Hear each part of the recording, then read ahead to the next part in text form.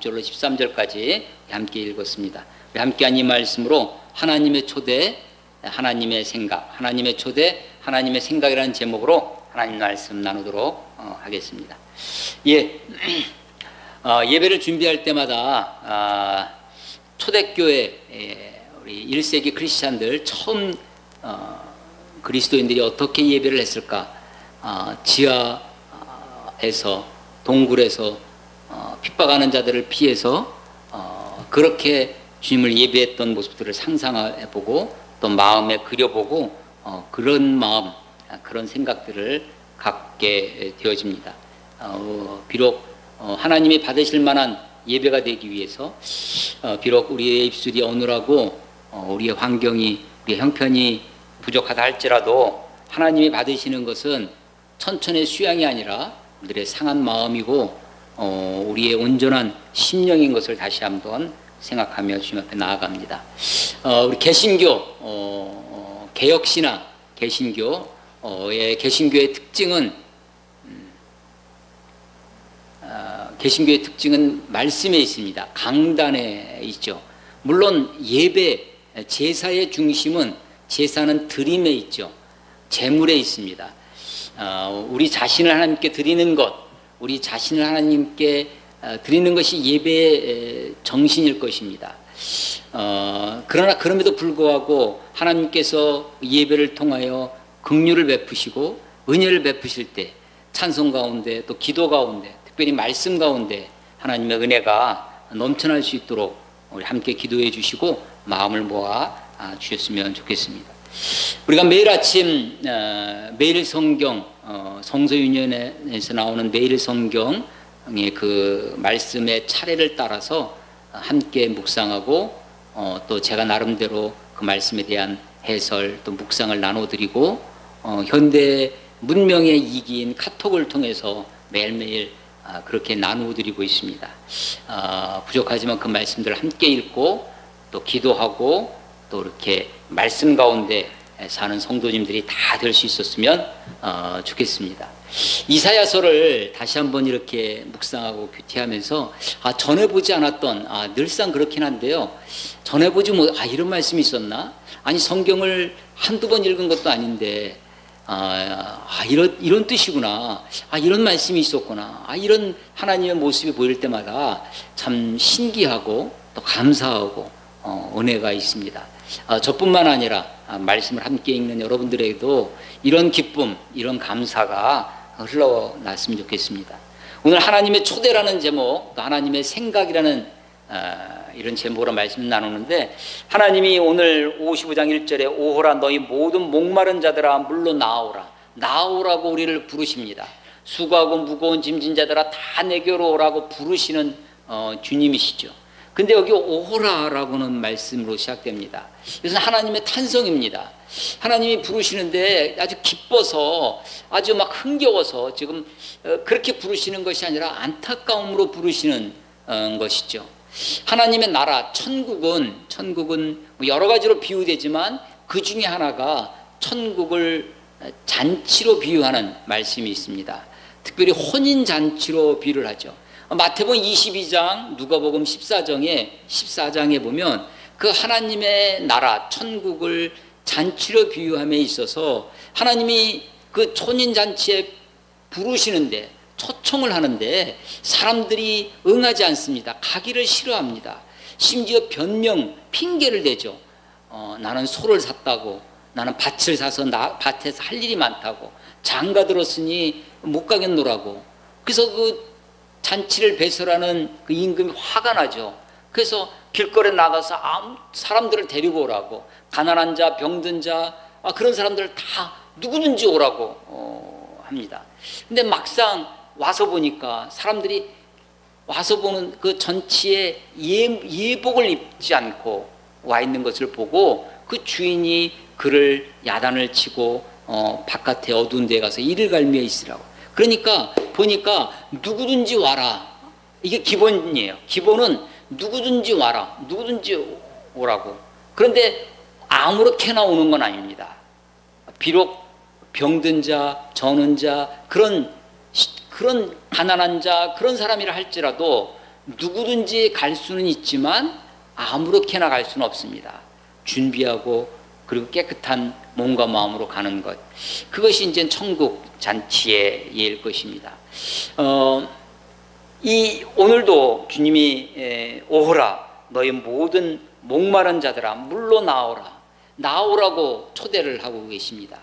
성경에 보면 주님 우리를 부르시는 수고 무거운 자들아 다 내게로 오라 하는 소위 커밍 처치, 오는 교회, 주님께 나아가는, 그래서 쉼을 얻고 안식을 얻고 격려와 위로와 은혜 말씀을 받는 그런 오는 교회가 있지만, 또 가라 그러면 너희는 세상으로 가서 가라고 하는 고잉 처치, 가라는 말씀, 오라는 말씀과 가라는 말씀이 혼재되어 있는 것을 보게 됩니다.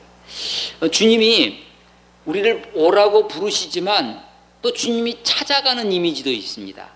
잃어버린 양을 찾아 목자와 같이 잃은 양을, 그래서 찾아 나서는 땅끝까지 가시는 그런 주님의 모습도 보게 되죠. 아마 이 하나님이 찾으시는 역사, 그것은 창세기 에덴 그 동산에서부터 시작됩니다.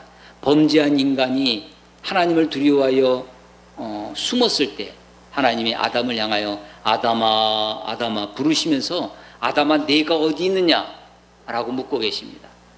하나님을 상실한 인류에게 던지는 첫 번째 질문, 그것이 내가 어디 있느냐라고 하는 잃어버린 아담을 찾으시는 말씀으로 시작됩니다.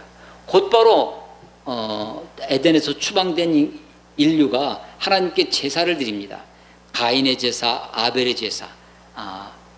하나님이 아벨과 그의 제물은 연락하시고 가인과 가인의 제물은 연락하지 않으셨더니 가인이 화가 났습니다. 분하여서 그만 자기 동생을 들판으로 유인해서 들에서 돌로 쳐 죽입니다. 하나님이 가인에게 묻습니다.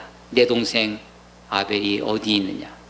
동생을 상실한, 이웃을 상실한 그 가인에게 아벨이 어디 있느냐고 아벨을 찾고 계시죠.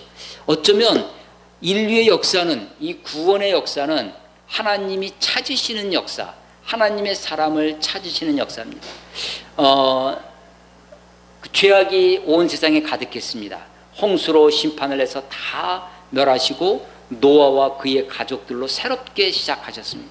근데 그 노아의 가족들, 함, 셈, 야벳으로 시작되어지는 그 가정들, 그 인류, 새로운 인류도 그만 하나님을 잊어버리고 하나님 없이 또 인간 스스로의 문화에 도취되어져서 그만 바벨탑을 쌓습니다. 그리고 내 이름을 내자, 스스로 자기 이름을 내고자, 그리고 우리가 흩어짐을 면하자라고 했지만 하나님이 그들에게 언어를 혼잡게 하셔서 대화가 통하지 않고, 그래서 그들이 흩어지게 되어집니다. 언어가 맞는 사람들끼리. 그래서 언어와 민족으로 나뉘어져서 흩어지는 역사가 되어지는데, 그 가운데 하나님께서 한 사람을 부르십니다. 갈대아 우르에 사는 아브라함을 부르셔서 내가 너를 창대케 하겠다. 그래서 새로운 하나님의 구원의 역사를 시작하시죠. 하나님이 찾으십니다. 하나님의 사람들을 향하여 오라고 말씀하십니다. 목마른 자들아 물로 나오라 라고 주님이 초대하시는데 사람들이 가지 않습니다. 왜냐하면 자기가 목마르다고 하는 자기 현실을 망각하기 때문입니다. 지금 당장 먹고 있는 청량음료, 당장 지금 붙들고 있는 돈, 당장 붙들고 있는 그 삶, 소도 사고 밭에 나가 살 일도 많고 장가도 가고, 그러니까 혼인잔치의 초대에 응하지 않는 것이죠. 주님이 우리를 부르시는데도 불구하고 자기의 현실을, 우리의 죄악됨을, 하나님으로부터 생명의 근원된 그 샘의 근원된 그분에서 멀어졌다는 사실을, 떨어져 나갔다는 사실을 잊고 살아가는 것입니다. 우리의 현실이 너무 바쁘죠.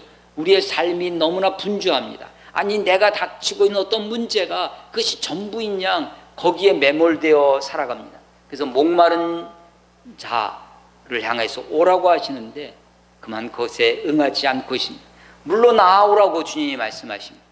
돈 없는 자도 오라고, 너희는 와서 사 먹되 돈 없이 값없이 와서 포도주와 젖을 사라고. 와서 돈 없이 값 없이 사서 먹으라고 하십니다.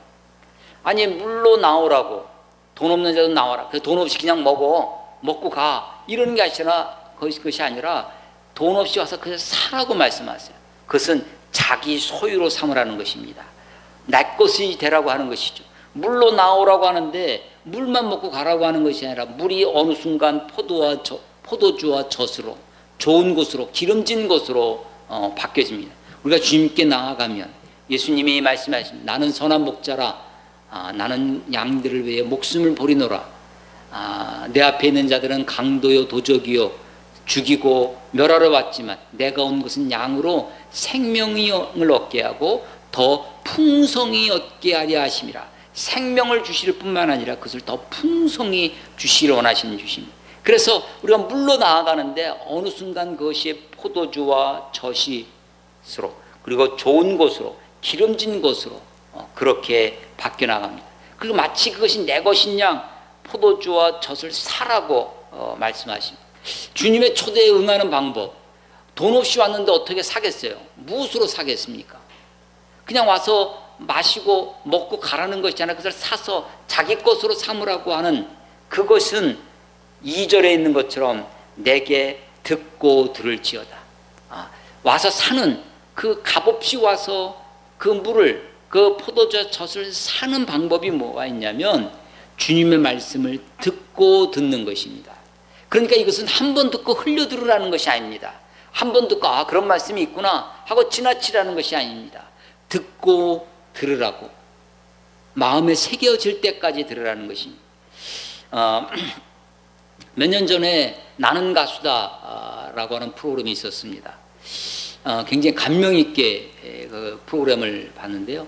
가수들이 나와서는 참으로 참 진정성 있게 진지하게 노래를 부르는 것들을 매 프로그램마다 그렇게 되었고, 아주 유명한 가수가 나와서 가사를 틀리는 바람에 그만 패해버리는, 그래서 새로운 노래를 부를 때마다 그 다음 주에 한 주 그 가사를 다 외워가지고 곡을 외워서 완전히 자기 것으로 만들어서 혹은 편곡도 하고 그렇게 노래를 부르는 것을 봐서 그때 제가 마음속에 다짐한, 나도 설교를 저렇게 하나님의 말씀을 그렇게 외워가지고 말씀을 그냥 곱씹어서 내 것으로 삼아서 그렇게 설교를 해야 되겠구나.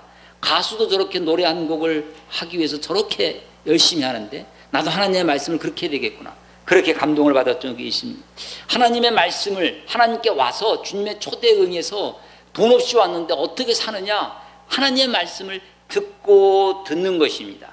그리고 나아가서 3절에 보면 귀를 기울이고 내게 나와 들으라는 것입니다. 귀를 기울이는 겁니다. 경청하는 거죠. 기울여서, 그분께 기울여서 하나님의 말씀을 내가 쏟아 부으면서 하나님의 말씀을 듣는 것입니다.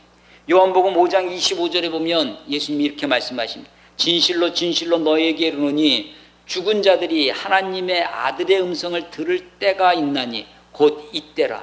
듣는 자는 살아나리라. 듣는 자는 살아나리라. 하나님의 말씀을 전할 때마다 제가 마음에 기도하는 것 중에 하나입니다. 하나님, 하나님의 말씀을 전하겠사오니 이 말씀 가운데 하나님의 말씀을 듣는 자들이 있게 해주시옵소서. 하나님의 말씀을 듣고 살아나게 해주시옵소서. 로마서 10장 7절에 보면 믿음은 들음에서 나며 들음은 곧 그리스도의 말씀으로 말미암느니라. 믿음은 들음에서 나는, 그러니까 들을 때 나는 거 다 듣죠. 오늘도 아마 각 교회에서 한국당 아니 세계 곳곳에서 하나님의 말씀을 듣는 사람이 많이 있을 것입니다. 들을 때 그냥 듣는 것만으로 나는 것이 아니라 그 속에 들음이 있어야 됩니다. 들음이. 그 듣는 자는 살아나리라 라고 하는데 오늘 55장 3절에도 너희는 귀를 기울이고 내게로 나와 들으라. 그리하면 너희 영혼이 살리라. 영혼이 그래서 우리가 하나님의 말씀을 들을 때 듣고 마음을 다해 듣고 귀를 기울여 들여서 그 말씀 앞에 우리가 완전히 그 말씀을 통해서 포도주와 젖을 사고 기름진 것을 살 때, 내 것이 되어질 때 그때 하나님이 내 영혼을 살리시는 것입니다. 그때 이루어지는 것이 뭐냐면 내가 너희를 위해 영원한 언약을 맺으리니 곧 다윗에게 허락한 확실한 은혜니라. 다윗 언약. 아브라함을 부르셔서 아브라함과 언약을 맺습니다. 할례를 행하고 아브라함이 자고 있는 사이에 쪼개진 번제물 사이로 불로 언약을 맺는 창세기 15장 17절에 그 아브라함 언약에 있습니다. 또 사무엘하 7장에 가면 다윗 언약이 있어요. 다윗이 예루살렘에 법궤를 옮겨옵니다. 너무나 기뻐서 아까 우리 천수인 형제가 얘기했던 것처럼 그 너무나 기뻐서 찬양하면서 그 성전 그 예루살렘에다가 그 법궤를 옮겨놨습니다. 법궤를 옮겨놨는데 그 법궤는 여전히 텐트 속에 있습니다. 장막 속에 있는. 자기는 예루살렘 성을 정복하고 레바논 백향목을 가져다가 다윗 성을 지었습니다. 나는 백향목 궁에 거하거늘, 자기 자신을 보는 나는 백향목 궁에 거하거늘. 여호와는 그 법궤를 지금 무엇으로 생각했냐면 여호와로 생각한 거죠. 하나님으로 하나님의 임재의 상징입니다. 하나님 그 자체는 아니지만 하나님의 이름이 거기에 있다고 생각하는 거죠. 그래서 법궤가 왔을 때, 처음에 법궤를 운반할 때는 그 법궤를 운반하는 나귀가 뛰놀 때 그 법궤가 떨어지려고 하는 것을 웃사라고 하는 사람이 붙잡으려다가 그만 죽게 되죠. 깜짝 놀랍니다. 그래서 한 번에 옮겨오지 못하고 다시 준비하고 기도하고 연구해서 하나님의 법궤를 어떻게 운반해야 되는지, 하나님의 법궤는 지장들이 어깨에 지고 오는 것이구나.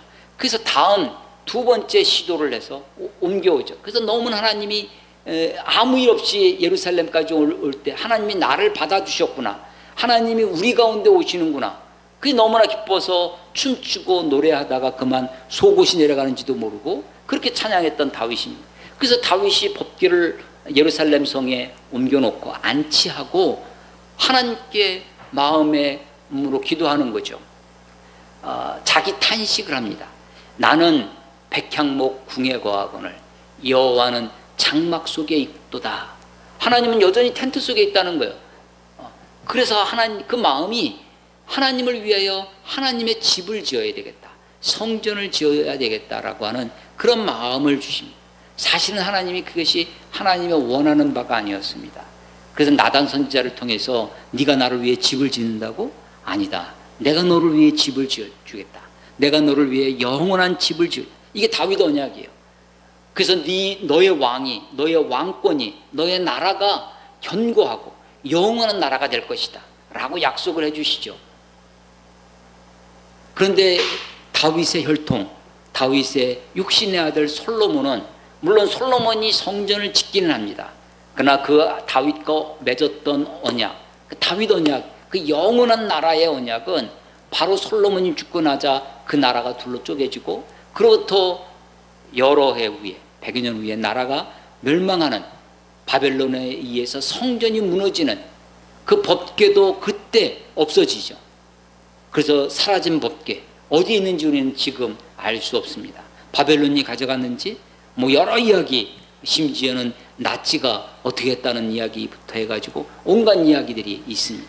법궤가 사라진 법궤를, 그 예루살렘 성전을 다시 지었지만 스룹바벨 법궤가 없는 그런 성전이 되고 맙니다. 왜냐하면 그 법궤마저도 사실은 사람이 만든 상자일 뿐입니다. 하나님의 임재를 상징하는 것이지 하나님 그 자체는 아닙니다. 하나님은 그 어떤 것으로도 하나님을 대신하는 어떤 물건, 하나님의 형상을 만들지 마라, 이것이 하나님의 계명이었죠. 자, 하나님이 그 다윗과 맺은 언약은 사실은 솔로몬으로 이어지는 다윗의 왕좌, 다윗의 보좌, 그 나라, 육신의 나라가 아니었습니다. 그것은 다윗의 자손으로 오시는 예수 그리스도, 메시아이신 그리스도를 통해서 만왕의 왕으로 오시는 예수님을 우리에게 예표해 주시는 것이죠. 다윗 언약이 영원한 확실한 증거가 있는 것입니다. 자, 하나님의 말씀이 주님의 초대에 의해서 목마른 자들아 내게로 오라고, 돈 없는 자도 나와서 값없이 사라고. 우리가 살 수 있는 것, 그 하나님의 은혜를 얼마를 주면 살 수 있겠습니까? 하나님의 은혜, 하나님이 우리를 구원해 주시는 그 예수 그리스도의 그 놀라운 은혜는 세상 그 어떤 것으로도 살 수 없는 것이죠. 값이 없어요. 값을 매길 수가 없습니다. 값을 셀 수가 없이 무한하신 은혜입니다. 그래, 그 무한하신 은혜를 하나님은 우리들에게 그야말로 값 없이 주셨습니다. 아무 공로 없이, 아무 우리가 한 것 없이 우리에게 거저 주시는 은혜로 우리를 구원하십니다. 그래서 우리에게 하나님의 영원한 언약을 맺으시는 것이죠. 확실한 은혜입니다. 예, 하나님은 지금도 우리를 부르고 계십니다. 목마른 자들아 다 내게로 오라. 우리의 삶에 지치고 피곤하고 수고한 모든 자들을 향해서 값없이 오라고. 값없이 와서 돈 없이 주님의 은혜를, 포도주와 젖을 사라고. 내 속에 생명이 있다고. 듣는 자는 살아나리라 라고 하시는 것처럼 주님의 말씀을 듣고 그것을 자기 것으로 값없이 사는 자,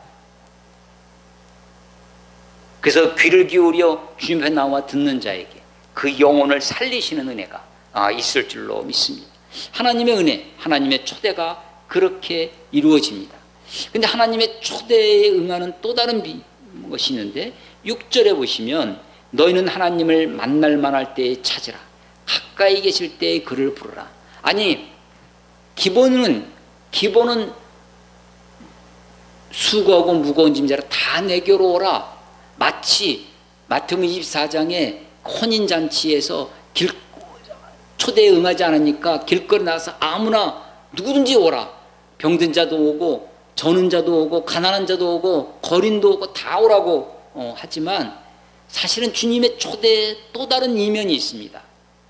주님이 오라고 하는 것도 있지만 찾으라는 것도 있어요. 주님을 찾으라는 거예요. 6절에 너희는 여호와를 만날 만할 때에 찾으라. 가까이 계실 때에 그를 부르라. 하나님을 찾고 하나님을 불러야 되는 것입니다. 만날 만할 때가 언제입니까? 가까이 계실 때가 언제입니까? 아니, 하나님이 어떤 시간을 정해놓고 우리에게 오시겠습니까? 주님이 내일 우리를 만나 주신다면 내일 우리에게 찾아오시겠죠. 근데 주님은 오늘 우리에게 말씀하고 계십니다. 그러니까 사실은 오늘이 만날 만한 때이죠. 만날 만한 때, 하나님은 어떤 시간에 제한되시는 분이 아니십니다.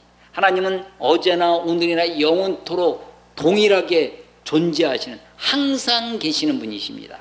하나님은 시간을 초월해 계시는 분이십니다. 언제 만날 때입니까? 언제든지 만날 수 있습니다. 지금 내게 말씀이 들려올 때, 그때 주님을 찾는 것입니다. 그때 주님을 부르는 것입니다. 가까이 계실 때 하나님이 어디 계십니까? 하나님은 어디에나 계시는 분입니다. 하나님은 시간과 공간의 지배를 받고 제한받으시는 분이 아니십니다. 하나님은 언제든지 계십니다. 어느 곳에서나 계십니다. 그런데 우리가 느끼는 것은 조금 다릅니다. 하나님은 언제나 계시고 어디에나 계시지만 하나님이 가까이 계실 때가 있어요. 내 마음이 목마르다고 심한 갈증이 있을 때, 내가 지금 갈급하다고, 내가 연약해서 내가 죽게 되었사오니, 그럴 때, 그래서 고난은 사실은 주님의 축복의 그림자입니다. 어렵고 힘들 때, 그때 주님이 바로 가까이 와 계신다는 사실을 기억하시기 바랍니다. 주님이 가까이 계실 때 주님을 부르는 것입니다. 주님의 말씀이 들려올 때, 내가 주님의 말씀을 읽을 때, 하나님이 내 옆에 내가 신음하고 있을 그때 주님이 가까이 계십니다. 그래서 주님이 오라고 우리를 부르시는 것도 있지만 주님을 찾으라 라고 하는 그 말씀도 기억해야 됩니다. 그래서 만날 만할 때 주님을 찾고 가까이 계실 때 주님을 부르면 주님 우리를 만나 주시고 우리를 부름에 응답해 주시리라 믿습니다. 그런데 주님의 이런 부르심, 마치 혼인잔치 비유에서 첫 번째는 누구든지 오라고 했지만 막상 와서 보니까 예복을 입은 자, 그러니까 누구든지 나오는 것이지만 아무렇게나 오는 것은 아니다. 주님의 부르심에 응답해서 누구든지 가지만 그 다음에 우리는 주님 앞에 믿음으로 응답해야 하는 것입니다. 그래서 주님 앞에 돈 없이 가는 것이지만 주님의 말씀을 듣고 들어야 됩니다. 주님의 말씀을 귀 기울여 드려야 되고 주님을 만날 때 찾고 가까이 있을 때 불러야 됩니다. 그와 더불어서 우리가 해야 할 일이 또 하나 있습니다. 7절입니다. 악인은 그 길을, 불의한 자는 그의 생각을 버리고 여호와께로 돌아오라. 그렇습니다. 우리가 주님의 부르심에 응답할 수 있는, 주님의 초대에 응답할 수 있는 가장 좋은 길, 가장 명확한 길, 그리고 가장 우리들에게 필요한 것이 뭐냐면 그것은 온전한 회개입니다. 때가 가까웠다고, 하나님 나라가 가까웠으니 회개하고 복음을 믿으라 라고 하는 것처럼 회개하고 주님께 돌아오는 것입니다. 악인은 그의 길을, 불의한 자는 그의 생각을 버리고 여호와께로 돌아오는 것입니다. 우리가 주님께 나와서 혼인잔치에 가서 비록 내가 저는 자, 비록 가난하고 병든 자, 연약하고 피곤해서 지친 아주 그런 영혼이라 할지라도 우리가 주님 앞에 나아갔을 때 예복을 준비해야 되는데 그 예복은 휘황찬란한 꾸며진 옷이 아니라 깨끗한 세마포입니다. 회개하는 마음으로 주님 앞에 나아가야 되는 것입니다. 악인은 그 길을, 자기가 걸어가고 있는 그 삶의 그 자취를, 그 길을 버려야 되는 것입니다. 불의한 자는 그 생각을 버리고 주님께 돌아와야 되는 것입니다. 그래서 주님의 초대에 응하는 방법은 뭐냐면 듣고 듣는 것입니다. 귀 기울여 듣는 것입니다. 찾는 것입니다. 주님을 부르는 것입니다. 그리고 주님께 불의한 그 길을 버리고 그 악한 생각을 버리고 회개하고 주님 앞에 나오는 것입니다. 하나님이 그런 자의 그런 영혼을 살리실 것입니다. 주님이 그런 자에게 물과 포도주와 젖을, 그리고 좋은 것으로, 기름진 것으로 먹게 하실 것입니다. 그런 자들에게 7절에 이렇게 약속하십니다. 악인은 그의 길을, 불의한 자는 그의 생각을 버리고 여호와께로 돌아오라. 그리하면 그가 긍휼히 여기시리라. 우리 하나님께로 돌아오라. 그가 너그럽게 용서하시리라. 그렇습니다. 우리가 어떠한 모습으로 나오든지 우리가 주님께 나아가면 주님이 우리를 긍휼히 받아주실 것입니다. 주님이 우리를 너그럽게 용서해 주실 것입니다. 이 긍휼함, 이 용서야말로 하나님의 은혜입니다. 이 긍휼함, 이 용서야말로 하나님의 높고 높으신 하나님의 거룩하심이 우리에게 임하시는 길입니다. 곧바로 그 다음에 8절, 이는 내 생각이 너희 생각과 다르며 내 길은 너희 길과 다름이니라. 여호와의 말씀이니라. 이는 하늘이 땅보다 높음 같이 내 길은 너희의 길보다 높으며 내 생각은 너희 생각보다 높으며. 이 8절 9절 말씀을 우리는 너무나 이 8절 9절을 따로 띄어서 외우고 적용합니다. 내가 어떤 사업의 길을, 어떤 인생의 길을 계획하는데 그 길로 인도하지 않고 하나님 어떤 다른 길로 인도하십니다. 내 생각과 다르다고, 하나님이 내 생각은 높고 내 길과 다른 길로 하나님이 나를 인도하신다고 그렇게 우리가 쉽게 적용합니다. 그런데 사실은 8절 9절에 하나님의 생각, 하나님의 길은 7절 말씀과 더불어 생각해야 됩니다. 우리의 길, 내가 그 길을 버리고 우리의 생각을 버리고 악인이 그 길을 버리고 불의한 자가 그 생각을 버리고 주님께 돌아오면 하나님은 긍휼과 용서를 베푸신다는 것입니다. 그러니까 하나님의 생각, 하나님의 길은 긍휼의 길입니다. 하나님의 생각은 용서의 길이에요. 이것이 우리와 너무나 다른 것입니다. 우리 다시 한번 정치의 계절로 돌아섭니다. 대통령 선거가 이제 내년에 얼마 안 있으면, 몇 개월 후면 대선 전국을 맞이합니다. 각 당마다 이제 예비 경선이라는 것을 하고 본 경선을 앞에 두고 있습니다. 많이 나오는 이야기 중에 하나가 소위 검증이라는 것입니다. 과거를 검증하는 것입니다. 과거의 어떤 허물이나 잘못을 들춰내는 것입니다. 그리고 절대 용서는 없습니다. 그리고 그것을 파헤치고 조그만 잘못이 있으면 그것을 침소봉대합니다. 그리고 더 키우고 더해서 상대를 쓰러뜨리고, 소위 네거티브 정법이라고 해서 상대를 망하게 하는 것이 내가 사는 길이라고 하는 것이죠. 용서만큼 어려운 것이었습니다. 우리 한국 근대사에, 특별히 이제 우리 한국이 정말 세계에 유례가 없는 번영을 이루었습니다. 1945년도에 해방되었습니다. 70여 년이 넘었는데 1950년도에 소위 2차 대전만큼이나 많은 사상자를 냈던 6.25 한국전쟁이 있었습니다. 정말로 극도의 가난, 최빈국, 물론 독일도 동독과 서독으로 나뉘어졌습니다. 그렇지만 그 분단된 나라가 자기들끼리 싸우지는 않았습니다. 세계 이데올로기로 그렇게 나뉘어졌지만 자기들끼리 싸워서 동족 상간의 비극은 없었습니다.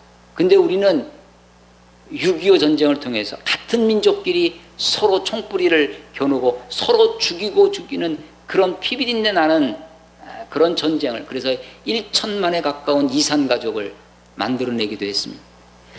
그럼에도 불구하고 정말 한강의 기적이라는 것을 이루고 근대화를, 산업화를 이루어내고 뿐만 아니라 민주화도 이루어낸, 그래서 이제 유엔이 공식적으로 우리를 선진국으로 발표하기까지 하였습니다. 대통령이 여러 번 바뀌어 나가면서 이승만 정권이 4.19 혁명으로 무너집니다. 독재와 부정선거로 얼룩진 정권이었습니다. 박정희 5.16 혁명으로 박정희 대통령이 되고 소위 경제개발 5개년 계획이라는 것을 1차, 2차, 3차, 그래서 소위 농업국가였던 것을 중화업공업으로 탈바꿈시키고 우리를 소위 근대화의 산업화의 시대로 열어갑니다. 그러나 그는 19년 이상 장기 집권하고 독재로, 유신 정권으로 그렇게 말년이 되어질 때 세계가 바뀌어 나가는 것이죠. 그러면서 그 다음에 전두환, 노태우 계속 군사정권이 이어집니다. 그리고 그 다음에 나타나는 것이 김영삼 대통령, 소위 문민정부라는 것이 들어서고 김대중, 노무현, 그리고 이명박, 박근혜, 이렇게 문재인까지 이어져 오고 있습니다. 그러면서 소위 우리 한국 사이에 소위 민족과 민족이 싸우는 그런 그 이데올로기 아주 극심한 좌우 대결이 우리 민족이 계속해서 우리 근대사에 되어져 오는데, 김영삼 대통령 때부터 소위 과거사 청산 운동이 벌어집니다. 지금은 없어졌는데 광화문 뒤편에 중앙청이라는 것이 있었습니다. 일제시대 때 일제 총독부가 차지하던 자리였습니다. 그 건물을 광화문 바로 뒤에 경복궁이 보이지 않도록 민족의 정기를 끊기 위해서 일본 총독부의 청사를 지어놨습니다. 위에서 내려다보면 건물이 한일자로 되어 있어요.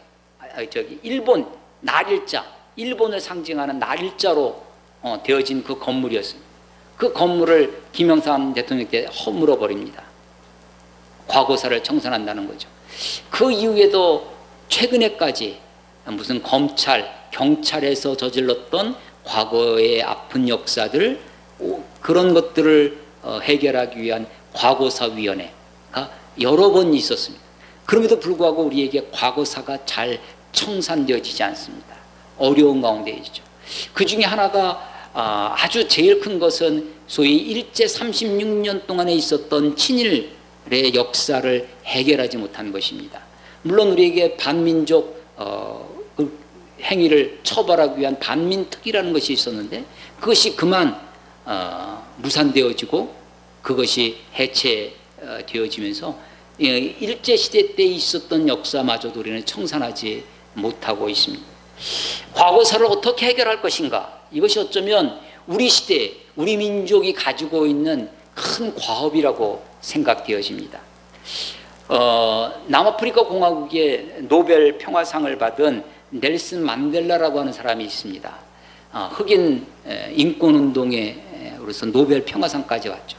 그는 이 소위 아파르트헤이트라고 하는 남아프리카 공화국의 인종차별 정책이 있어요. 아주 법으로 그 나라는 아주 아파르테이트라고 하는 분리주의. 그래서 이 분리라고 하는 것이 동등하게 분리하는 것이 아니라 흑인들을 차별하기 위한 정책이었죠. 이 아파르테이트, 이 반아파르테이트 운동을 하다가 그만 감옥에 종신형을 받고 삽니다. 그러다가 27년 만에 이렇게 석방이 되어지고 그리고 남아프리카 공화국의 최초의 흑인 대통령이 됩니다. 그리고 그가 한 것이 뭐냐면 노벨 평화상도 받고 과거사 문제를 해결하기 위해서 소위 진실화해위원회라는 걸 만들어요. 진실을 고백하면 누구도 처벌하지 않습니다. 그러니까 이 과거사를 징계하고 보복하고 원한을 갚고 한풀이를 하기 위한 것이 아니라 화해가 목적이죠. 그 대통령 남아프리카 공화국의 그 취임 그 주제가 뭐였냐면 내셔널 레컨실리에이션이라고 하는 그 국가의 화해, 화해가 그게 그의 목적이었어요. 그래서 진실을 고백하면 누구든지 그래서 과거는 지나간 것은 지나간 대로 뭐 들국화의 노래 같지만 지나간 것은 다 지나간 대로 두어라. Let bygone be bygone. 해서 지나간 것은 지나간 대로 과거를 들춰내 가지고 다 그냥 처벌하려고 하는 것이 아니라 화해하고 용서하고. 그래서 이 넬슨 만델라의 힘은 용서의 힘이었습니다.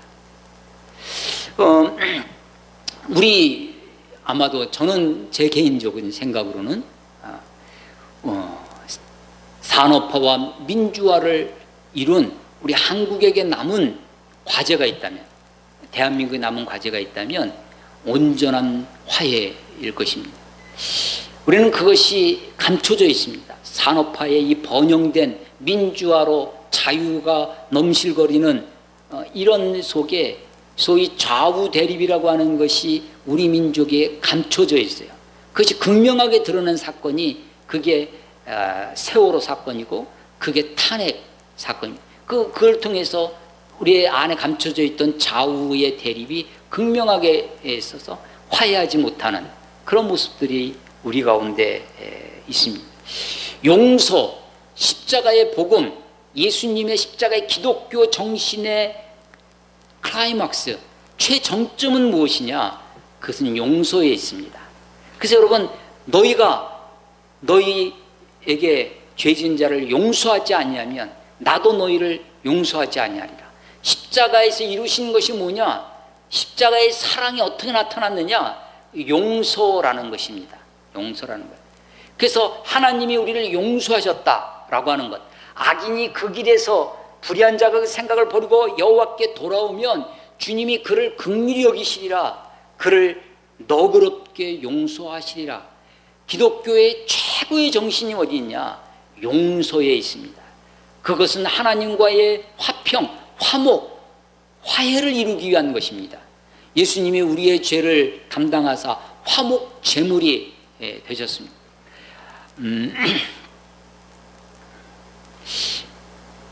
고린도후서 5장 17절에 보면 그런즉 이제는 우리의 모든 것이 다 지나갔고 새 사람이 되었다, 새 것이 되었다라고 선언합니다. 누구든지 그리스도 안에 있으면 새로운 피조물이니 이전 것은 지나가고 새 것이 되었도다라고 선언합니다. 그게 17절이에요. 고린도후서 5장 17절. 그리스도 안에 있을 때 새로운 피조물. 그다음에 바로 18절에 보면 18절 그 이하에 보면 그 새로운 피조물이 된 우리들에게 하나님 그리스도께 안에서 우리들을 새로운 사명을 주십니다. 그 새로운 사명을 그리스도를 대신하여 사신이 되어 우리를 엠베세더, 대사로, 우리가 한 나라를 대표해서 다른 나라의 대사지 않습니까? 그 그리스도를 대신해 우리가 대사가 됩니다. 그리스도를 대신 사신이 되어 우리들에게 맡겨주신 사명이 있어요. 그 사신의 사명이 뭐냐면 너희가 세상과 화목하라는 것입니다. 그리고 그리스도께 안에 있는 화목을 전하라는 것입니다. 그래서 하나님과 화목하라.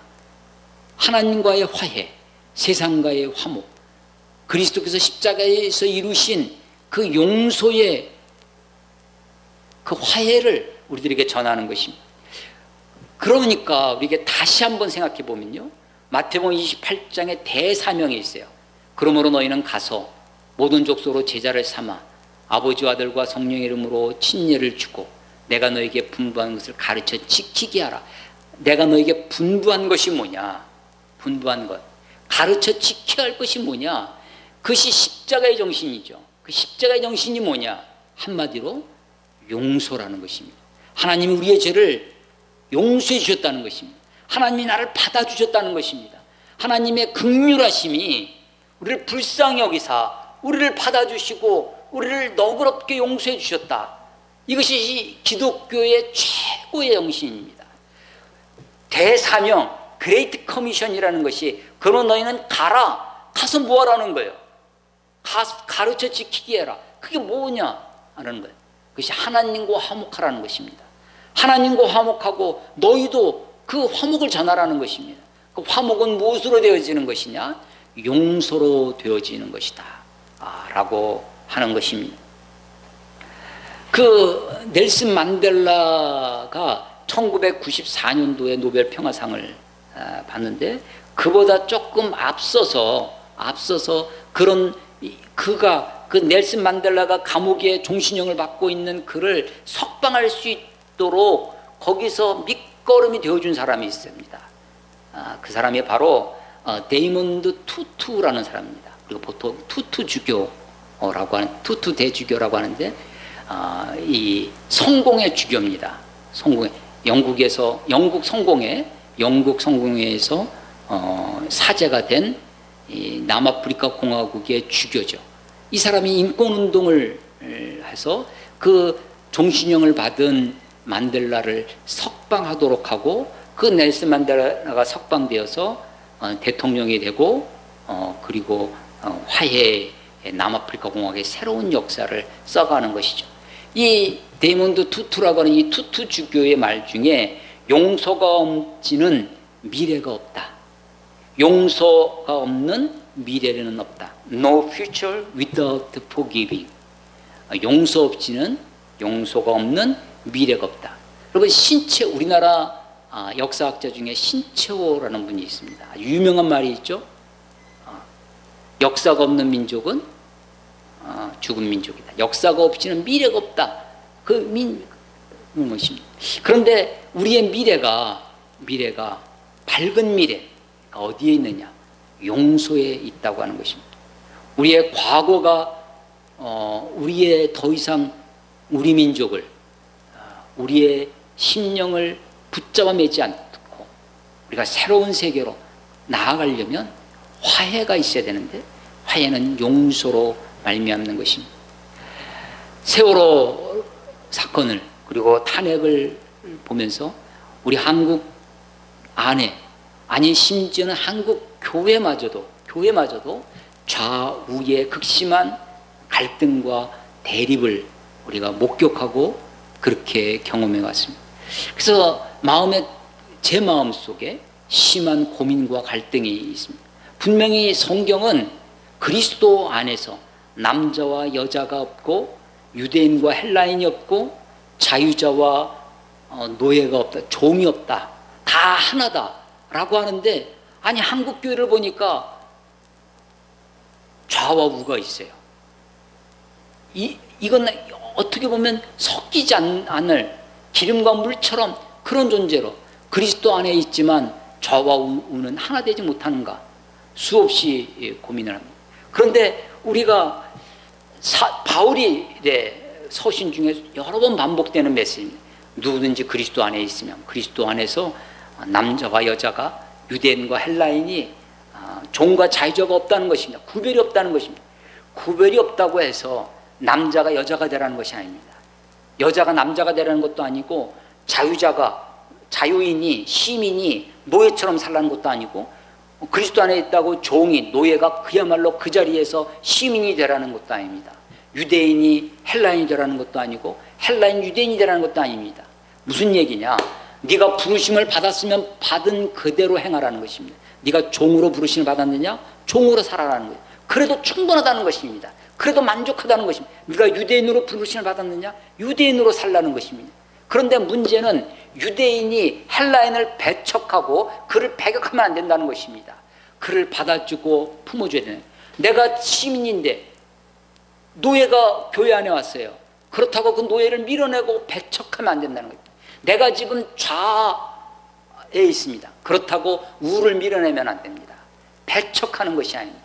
우를 존중하고 좌를 존중하고 자유인이 노예를 존중하고 노예가 자유인을 존중하고 헬라인 유대인을 존중하고 배려하는, 그래서 함께 있는 것입니다. 부르심을 받은 모습 그대로, 네가 헬라인으로 부르심을 받았느냐? 그대로 있으라는 거예요. 네가 자유인으로 부르심을 받았으면 자유인으로, 종으로 부르심을 받았으면 종으로 그대로 있으라는 것입니다.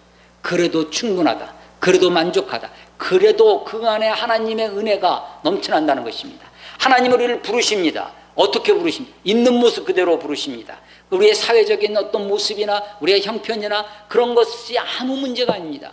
누구든지 돈 없이 값 없이 와서 주님의 부르심에 응해서 주의 말씀이 무엇인지 듣고 주님의 말씀이 무엇인지 귀 기울여 듣고 우리의 죄된 모습을 돌이켜서 그 길에서 돌이키고 그 생각을 버리고 주님 옆에 나올 때 주님이 우리를 용서하시고 우리에게 관용을 베푸시고 우리를 넉넉하게 긍휼히 여기시는 하나님의 은혜를 체험할 것입니다. 내 길이, 우리의 길과 우리의 생각과 하나님의 길, 하나님의 생각은 땅이 하늘과 비교할 수 없는 것처럼 다릅니다. 우리는 편협되게, 우리는 팔이 안으로 굽을 수밖에 없는 그런 존재들이지만 하나님은 온 세상을, 온 민족을, 모든 열방을 다 품으시고 모든 사람을 안으시는 분이십니다. 내가 내 생각으로 사람들을 밀어내고 배척하고 자르는 것이 아니라 그리스도의 넉넉한 사랑으로 품고 받아줘야 될 것입니다. 물론 우리가 이 땅에서 그것이 다 이루어지진 않을는지 모릅니다. 그러나 마치 11절, 12절, 13절에 있는 것처럼 너희는 기쁨으로 나아가며 평안히 인도함을 받을 것이요 산들과 언덕들이 너희 앞에서 노래를 바라고 들의 모든 나무가 손뼉을 칠 것이며, 그래서 온갖 삼나만물이, 그래서 잣나무가 가시나무를 대신하는 것처럼 화석류가 찔레를 대신하는 것처럼 만물이 평화롭게 되어질 것입니다. 마치 사자굴에 어린이가 손을 집어넣고 뱀과 함께 어울리고 온 나라가, 온 세상이 마지막 종말에 하나님의 나라를 실현할 것입니다. 물론 우리가 그때까지는 이것이 완전히 이루어지진 않을 것입니다. 여전히 우리는 인간의 이런 이기심과 악함과 이런 세상에, 그 세상은 점점점 어두워지고 컴컴해지는지 모릅니다. 그러나 여전히 주님은 우리를 향하여 부르십니다. 목마른 자들은 다 내게로 오라. 값없이 와서 사라고, 포도주와 젖을 사라고, 양식 아닌 것을 위하여 너의 은과 금을 헛수고하지 말고 하나님의 말씀 앞으로 나오라고. 말씀을 듣고 귀 기울여 들을 때 우리의 심령이 살아나고 우리의 영혼이 살아날 것입니다. 하나님의 마음이 무엇인지, 하나님 우리를 넉넉히 용서해 주시는 하나님의 너그러우심, 하나님의 긍휼과 자비가 우리에게 넘쳐날 것입니다. 우리는 비록 이 땅 가운데 두 발을 디디고 살아가지만 우리는 다시 오실 주님을 기다리는 하나님의 사람들입니다. 우리들에게 임하시는 하나님의 나라가 임하옵시며 라고 하는 현재적 하나님의 나라도 있지만 우리가 갈 하나님의 나라, 종말의 하나님의 나라가 있습니다. 하나님은 우리들에게 날마다 만나 주시길 원하십니다. 만날만 할 때 찾으라고. 하나님은 바로 우리들 옆에서 우리가 주님을 찾기를 고대하고 있습니다. 하나님의 초대, 하나님의 생각, 목마른 자가 아니라고 착각하고 부유하고 번영되고 풍요롭고 아무 문제 없으니까 그냥 내 영혼아 창고를 짓고 우리 편히 쉬고 먹고 마시고 즐기자라고 하는 안일과 거짓된 풍요에 살지 아니하고 날마다 정말로 내가 갈급하오니 내가 주를 찾겠습니다. 하나님 나를 만나 주시옵소서. 이런 갈급함이 그 주님이 주시는 이 넉넉한 은혜를 날마다 누리시는 저와 여러분이 되시기를 주의 이름으로 축원합니다. 기도하겠습니다. 하나님 아버지 은혜를 감사합니다. 어렵고 힘든